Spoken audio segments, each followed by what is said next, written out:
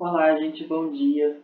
Vamos para a nossa segunda parte do movimento do livro de vocês, na página 198. Então, eu vou começar falando sobre velocidade, tá bom? Vai ser tudo muito simples. A única coisa complicada que eu acho que vocês devam ter dificuldade é na forma de interpretação, mas vamos com calma, interpretando tudo bem devagar para não ficar dúvidas, tá? Vamos lá. Lá em cima da página 119 está escrito assim: na física, a grandeza velocidade nos fornece informações sobre a relação entre o percurso do corpo e o intervalo de tempo que ele leva para percorrê-lo. Então, velocidade vai ser o percurso que esse corpo vai percorrer, o caminho dele, no intervalo de tempo. Embaixo vem, por exemplo, para vencer uma corrida, um piloto precisa realizar o percurso no menor tempo que ele conseguir. Entretanto, os trechos com curvas, o piloto precisa ir mais devagar. Com isso, ocorre uma variação na velocidade do automóvel. A velocidade na qual se encontra o corpo em determinado instante do seu percurso é chamada de velocidade instantânea. Um dos pontos da velocidade é a chamada velocidade instantânea, que é a velocidade naquele exato ponto em que o corpo está em um determinado percurso. Por exemplo, se sair daqui e vai até o centro da cidade, e quando você chega a 30 minutos de caminhada, e que você ainda não tenha chegado no seu destino, qual é a sua velocidade nesse exato momento, nesse exato tempo? Deu para entender? É a velocidade naquele minuto. Olha a pista de corrida que está aí no livro de vocês. Tem várias velocidades instantâneas. A primeira velocidade instantânea está na página 199, do outro lado da página, que está aí, T1. A velocidade instantânea desse veículo naquele momento é 105 km por hora. Depois vem T2, 160 km por hora. T3, 295. Conforme o veículo está em percursos retos, a velocidade dele tende a aumentar. Se ele está em percursos curvilíneos, que apresentam curva, a velocidade dele tende a diminuir. Depois, T4, 80 km por hora, porque o percurso apresenta várias curvas, então é a menor velocidade. E por último, T5, 310 km por hora, porque é o maior percurso retilíneo que ele vai ter. Continuando lendo agora. Aí observamos já, assim como na situação mostrada, a maioria dos corpos em movimento não mantém a velocidade constante durante todo o seu percurso. Em muitas situações é necessário encontrar um valor numérico que represente a velocidade do corpo em todo o percurso. Nesses casos, em geral, utiliza-se a velocidade média. Então, a velocidade média é um valor numérico que te faz ter uma noção da velocidade desse corpo em todo o percurso. E é representado por uma formulazinha. Na formulazinha que está na outra página, a velocidade média é igual a variação da distância do deslocamento sobre a variação de tempo. Tá? Essa é uma formulazinha que vocês vão precisar na hora da prova. Vou botar pelo menos uma questãozinha sobre velocidade média. Caso a velocidade desse corpo seja constante em todo o percurso, que é muito difícil de acontecer, essa velocidade média ela vai ter sempre o mesmo valor e a velocidade instantânea vai ter sempre o mesmo valor também. Vão ser dois valores iguais, tá? Mas essa situação é extremamente incomum e geralmente tem que se fazer uma conta sobre a velocidade média e outra conta sobre a velocidade instantânea para saber quanto que aquele corpo está de velocidade em um determinado momento. Observação muito importante aqui. Quando você tem os valores numéricos, eles vão ser dispostos geralmente em metros por segundo ou em quilômetros por hora. Quando a gente mede a velocidade do corpo, geralmente são essas duas unidades. Quilômetros por hora, que você pode encontrar até mesmo no velocímetro de carro, se você olhar no painel do carro dos seus pais, do seu tio, depois não tem carro, vai estar marcando quilômetros por hora. E a outra unidade usada é metros por segundo.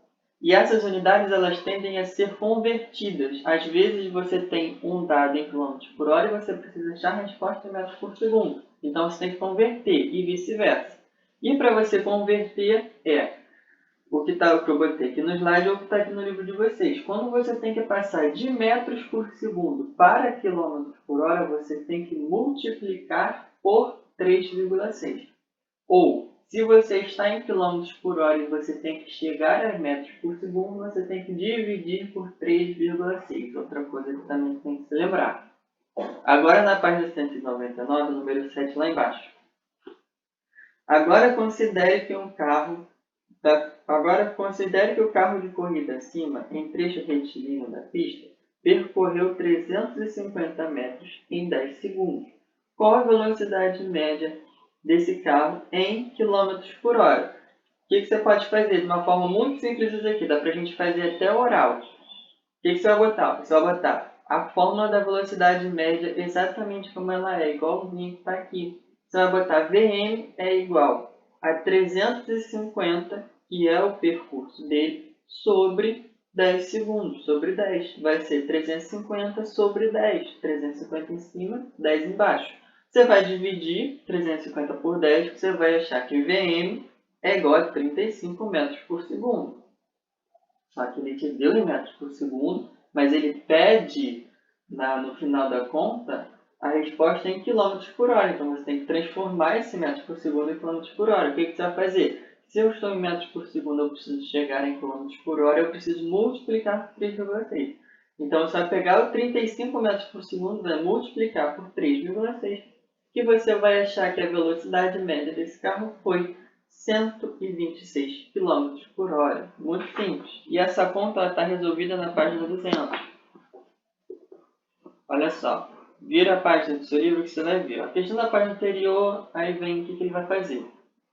Ele botou como dados o deslocamento, 350 metros, o tempo, 10 segundos. Depois ele botou na fórmula do Vm, aí botou Vm é igual a ΔF sobre ΔT, Vm que eu falei 350 sobre 10, Vm é igual a 35. Depois ele fez a conversão. Vm é igual a 35 metros por segundo vezes 3,6, que é igual a 126 km por hora. Muito simples de fazer. Aplicação direta da fórmula. Número 8. Nesse momento, imagine que o carro de corrida percorreu outro trecho na pista com a velocidade média de 306 km por hora. Expresse essa velocidade média em metros por segundo. O que você tem que fazer? É só você fazer a conversão direta. Você vai pegar o 306, vai dividir por 3,6 e você vai achar 85 metros por segundo. Muito simples, é só fazer a conversão direta. Sabendo dessa teoria da velocidade agora, nós entramos no primeiro movimento, que é o movimento retilíneo uniforme. De acordo com o percurso, ele pode apresentar diversos movimentos. Um deles é o movimento retilíneo uniforme. Aí vem, na situação apresentada na página anterior, a velocidade do carro de corrida não foi constante, ou seja, ela variou durante a trajetória percorrida. Em algumas situações, a velocidade do corpo pode se manter constante em quase todo o percurso, ou em determinado intervalo de tempo. Como eu falei, a velocidade pode se manter constante, mas é numa situação extremamente difícil. Considere que dois automóveis A e B realizaram o mesmo percurso retilíneo de 200 km em 4 horas. O automóvel A variou sua velocidade e o automóvel B manteve a velocidade constante. Os quadros a seguir apresentam suas velocidades no quadro de instantes, em 4 instantes do trajeto. Então ele tem as primeiras posições de 1 a 4, os primeiros tempos de 1 a 4 e a velocidade do primeiro automóvel. A velocidade do primeiro automóvel se manteve variável em todo o percurso. Então no primeiro tempo foi 50 km por hora, no segundo 80, depois ele freou um pouco 40, depois freou ainda mais para 30. Já o automóvel B, nas 4 posições e nos 4 tempos, ele se manteve com a mesma velocidade de 50 km por hora. Aí vem, os dois automóveis percorreram 200 km por hora em 4 horas, desenvolvendo a velocidades médias iguais. Ou seja, se eu pegar a velocidade média de todo esse percurso, eu vou ter o mesmo valor, que é 50 km por hora. Por quê? Eu vou pegar o percurso todo, que são 200 km, dividir por 4 horas, que é o tempo. 200 dividido por 4 vai dar 50 km por hora. 50 km por hora vai ser a velocidade média dos dois automóveis. Do A, que manteve sua velocidade diferente em todo o percurso, e do B, que manteve sua velocidade constante em todo o percurso. Sempre que um corpo manter sua velocidade constante em todo o percurso, a velocidade instantânea dele vai ser igual à velocidade média dele, tá bom? Aí vem. Quando a velocidade do automóvel B foi constante, a velocidade média é igual à sua velocidade instantânea. Acabei de falar e pode até sublinhar isso aí. Em nosso cotidiano, não são comuns os movimentos realizados com velocidades constantes em todo o percurso. Quando isso ocorre, ou seja, pode sublinhar, quando durante um percurso retilíneo a velocidade do corpo é a mesma em todos os instantes, dizemos que o corpo está fazendo um movimento retilíneo uniforme. Então, quando a sua velocidade é constante, quando a sua velocidade instantânea é a mesma que a sua velocidade média, quer dizer que esse corpo ele fez um movimento retilíneo uniforme. Na página 201 agora, tem uma curiosidade sobre os pontos referenciais da Terra. Vocês podem ler sozinhos e fazer a letra A. A letra B, a letra C não é necessária. Isso aí fica a título de curiosidade. Passando agora para a página 204, 205, fica para casa. E vamos para a página 206 para falar sobre aceleração, que é a segunda parte do movimento. O que é aceleração? Tem escrito aí. Como você viu nas páginas 598 e 199, nas competições automobilísticas a velocidade dos automóveis varia durante a realização do circuito, ou seja, em instantes diferentes os automóveis apresentam valores e velocidades diferentes. A relação entre a variação de velocidade e o intervalo de tempo em que ela ocorre é chamada de aceleração. Agora a gente não está mais falando sobre percurso e sobre o tamanho do trajeto. A gente está falando que a aceleração vai ser a relação entre a velocidade com o tempo que ele leva ao trajeto. De forma semelhante ao que ocorre a velocidade, na maioria das situações do nosso cotidiano, a aceleração varia em diferentes instantes durante o movimento de um corpo. Dessa maneira, quando precisamos encontrar um valor que represente a aceleração durante o percurso, recorremos à aceleração média. Para ilustrar esse conceito, considere um veículo se movimentando de um trecho A B no Autódromo de Interlagos, na cidade de São Paulo. Olha o trecho que está aí. Tem o veículo no instante A até o instante B. No instante A, ele tem 50 minutos. No instante B, ele tem 50 minutos e 10 segundos. Ele levou 10 segundos para aumentar 80 na sua velocidade, no seu velocímetro, no caso. E antes estava marcando 80 km por hora, depois dobrou para 160 km por hora. E ele fez isso tudo em 10 segundos. Aí vem a letra A. A velocidade do veículo variou no percurso A até o ponto B? Explique. Então, a velocidade do veículo variou sim, porque ele saiu de 80 km por hora e foi para 160 km por hora. É só você olhar o velocímetro para saber se a velocidade variou. Então, sim, a velocidade variou, dobrando o seu valor. Aí vem.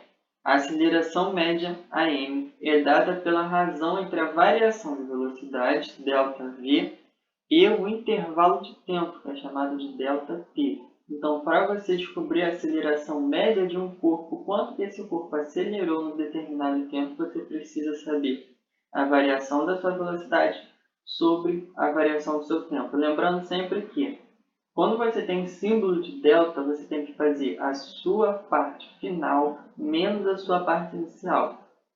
Como aqui a gente está falando sobre velocidade, vem a sua velocidade final menos a sua velocidade inicial e embaixo o seu tempo final menos o seu tempo inicial. Passando agora para 207, que vem um probleminha para resolver, tem lá em cima. Qual a aceleração média AM do carro de corrida no exemplo da página anterior em metros por segundo ao quadrado? Os dados são que a primeira velocidade dele foi 80, a segunda velocidade dele, que afinal foi 160. O primeiro tempo dele foi 50 minutos, o segundo tempo dele foi 50 minutos e 10 segundos. As unidades de tempo e de velocidade estão todas trocadas. Então, o que tem que fazer? Tem que primeiro passar para a mesma unidade de tempo. Como ele pediu em metros por segundo, já dá para passar logo tudo para metros por segundo.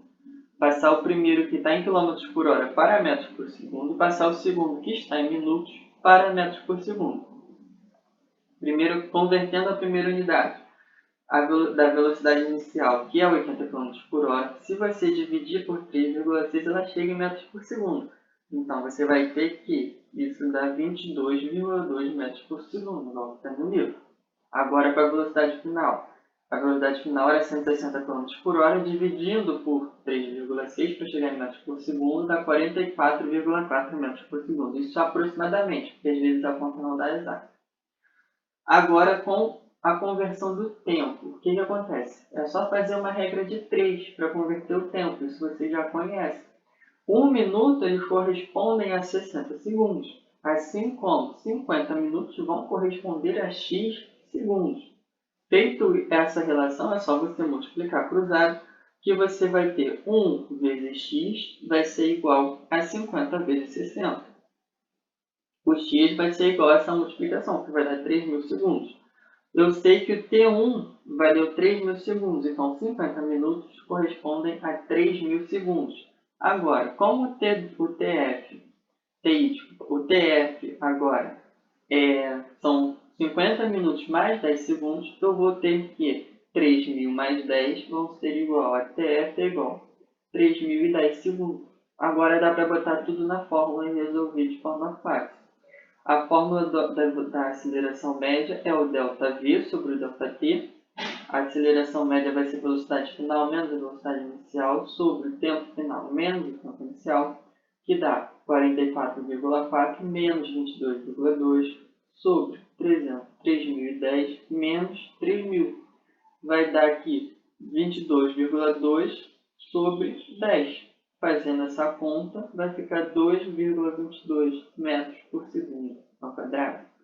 Não é muito complicado. O complicado é você entender e você interpretar as unidades e não cair na pegadinha caso a questão te fizer uma. Aí ele completa.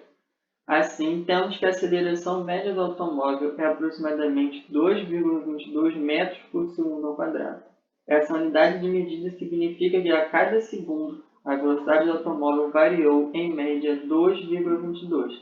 Nesse caso, como a velocidade aumentou, quer dizer que a aceleração dele foi que a cada segundo ele acelerou 2,22 metros por segundo ao quadrado. Mas existem dois casos de aceleração.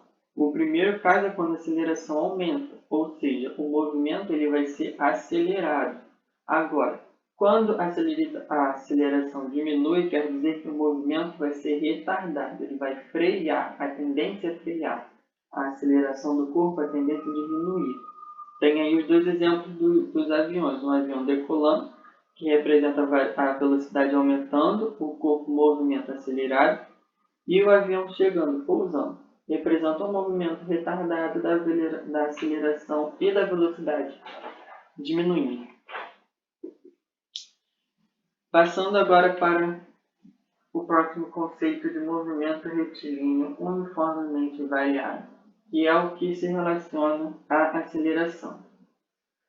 Aí no livro de vocês, na página 208, tá? A situação abaixo representa um veículo que, partindo do repouso, desloca-se numa posição S1 até a posição S4, em uma trajetória retilínea com aceleração constante.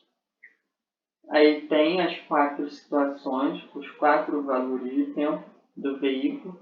Os valores estão dispostos no velocímetro e no cronômetro embaixo.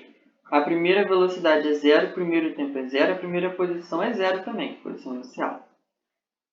A segunda velocidade 40, o segundo tempo 1 minuto, que dá a segunda posição. A terceira posição é a velocidade 80, tempo 2 minutos. A quarta posição é a velocidade 120, o tempo 3 minutos. E nada mais do que isso. 3 agora. Qual é a aceleração média desse veículo em metros por segundo no trecho de S1 a S2? Aí ele fez a continha toda explicada. Tem que pegar os movimentos iniciais e final de cada um e botar a fórmula. Caso precise converter a unidade, tem que ser convertido em unidade. Nesse caso aqui você precisa também. E a conta vai ser exatamente igual à do último exemplo. Então eu vou só ler passando mais rápido. Velocidade inicial é 0 e velocidade final é 40. O tempo inicial é 0, o tempo final é 1 minuto, porque ele quer do S1 até o S2 só. Convertendo as unidades, tem que, dividindo 40 km por hora por 3,6, eu chego em 11,1 metros por segundo. Passando 1 minuto para segundos, eu tenho que 1 minuto dá 60 segundos. Jogando tudo isso na fórmula agora, eu tenho que 11,1 vai ser menos 0 e 60 vai ser menos 0. Dividindo 11,1 por 60, eu chego a 0,18 metros por segundo.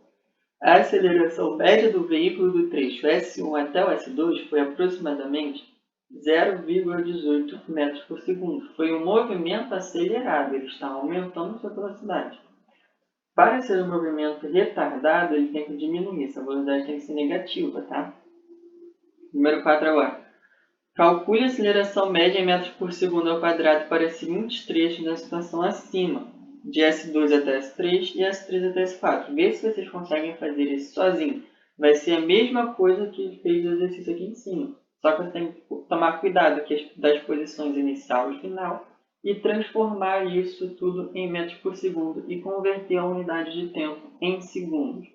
O spoilerzinho que eu te dou é que a aceleração média vai ter que dar 0,18 também. Caso não dê 0,18, você fez alguma coisa errada, errou numa conta, errou numa transformação, a gente vê isso numa aula ao vivo, para a gente ter mais contato. 5. O que pode ser observado em relação à velocidade média dos três trechos analisados? O que pode ser visualizado é que a aceleração média se manteve constante nos três trechos. Note que, a cada intervalo de tempo de 1 minuto, a velocidade média do carro variou 40 km por hora, o que corresponde a uma aceleração média de 0,18 metros por segundo. Aí pode sublinhar agora. Como a aceleração do carro é constante, sua aceleração média é igual à aceleração instantânea. Quando isso ocorre, o movimento é chamado de movimento retilíneo uniformemente variável. Então, quando nós temos o fenômeno da aceleração média ser constante, nós chamamos de movimento retilíneo uniformemente variável. Agora, uma observação, que é a diferença entre o movimento retilíneo uniforme com relação ao movimento retilíneo uniformemente variável. O que eles têm de diferente? O primeiro é que o MRU ele vai ser relacionado à velocidade e o MRUV é relacionado à aceleração. Caso seja a velocidade constante, vai ser MRU. Caso seja a aceleração constante, vai ser MRUV, o que representa aí nesse gráfico. Olha o que está escrito no livro. Vamos analisar o gráfico abaixo. Por meio dele é possível verificar algumas diferenças entre MRU e MRUV. Nesse gráfico apresenta valores das velocidades desenvolvidas por um automóvel em km por hora em um trecho retilíneo de uma rodovia. Observe. Primeiro tem o trecho A. Ele percorreu o trecho A numa velocidade subindo, que ele levou 20 minutos para percorrer o trecho. E ao final desses 20 minutos ele chegou a uma velocidade de 80 km por hora. O que eu consigo entender desse trecho A? Que nesse trecho está escrito aí do lado. O automóvel teve uma aceleração constante, indicando que fez um movimento retilíneo uniformemente variado, ou seja, a aceleração dele foi constante. Além disso, é possível observar que os valores da velocidade aumentaram, ou seja, o automóvel fez um movimento acelerado. Ele teve uma aceleração constante e fez um movimento acelerado. Por quê? Porque a velocidade dele aumentou. Agora no trecho B, que a velocidade dele se manteve constante. Quer dizer que nesse trecho o automóvel não teve aceleração e por isso não teve alteração na sua velocidade, indicando um movimento retilíneo uniforme. Ele percorreu de 20 minutos até 40 minutos esse trecho em 80 km por hora normalmente. Agora ele teve um decaimento, a aceleração dele caiu. Consequentemente, a velocidade dele também caiu nesses 20 minutos finais. O que eu posso concluir com isso? Que nesse trecho o automóvel teve uma desaceleração constante, indicando que fez um movimento retilíneo uniformemente variado também. Por quê? Porque a aceleração dele foi constante. Se a aceleração foi constante, então é MRUV. Porém, nesse caso, os valores de velocidade diminuíram, ou seja, o veículo fez um movimento retardado. A aceleração dele foi diminuindo com o tempo. Então, quer dizer que o movimento foi retardado. Agora, a aceleração da gravidade, vou deixar para vocês lerem sozinhos também, porque é mais uma curiosidade. E as duas páginas seguintes são sobre o trânsito, sobre os comportamentos que as pessoas devem ter no trânsito quando estão dirigindo.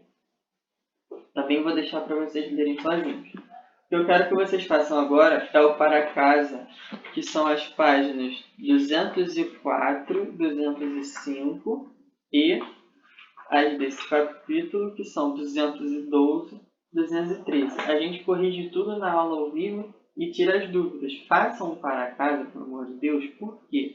Porque existem contas a serem feitas. Eu preciso que vocês façam contas para vocês chegarem na hora da prova e acertarem as minhas contas na hora da prova. Tá bom? E não são contas difíceis, são contas fáceis. Vocês só precisam se ater mesmo à mudança de unidades e à interpretação da questão, ok? Mas não é nada muito complicado também, é só uma aplicação direta da fórmula. Eu fico por aqui e daqui a pouco eu volto para a segunda parte da matéria. Tchau, tchau.